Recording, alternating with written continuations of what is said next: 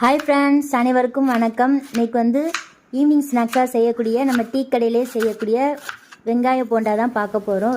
ரொம்ப சூப்பராக இருக்கும். ரொம்ப எளிய முறையில் 15 நிமிஷத்துலேயே ஈஸியாக செஞ்சிடலாம். வாங்க அது எப்படி செய்யலான்னு பார்க்கலாம்.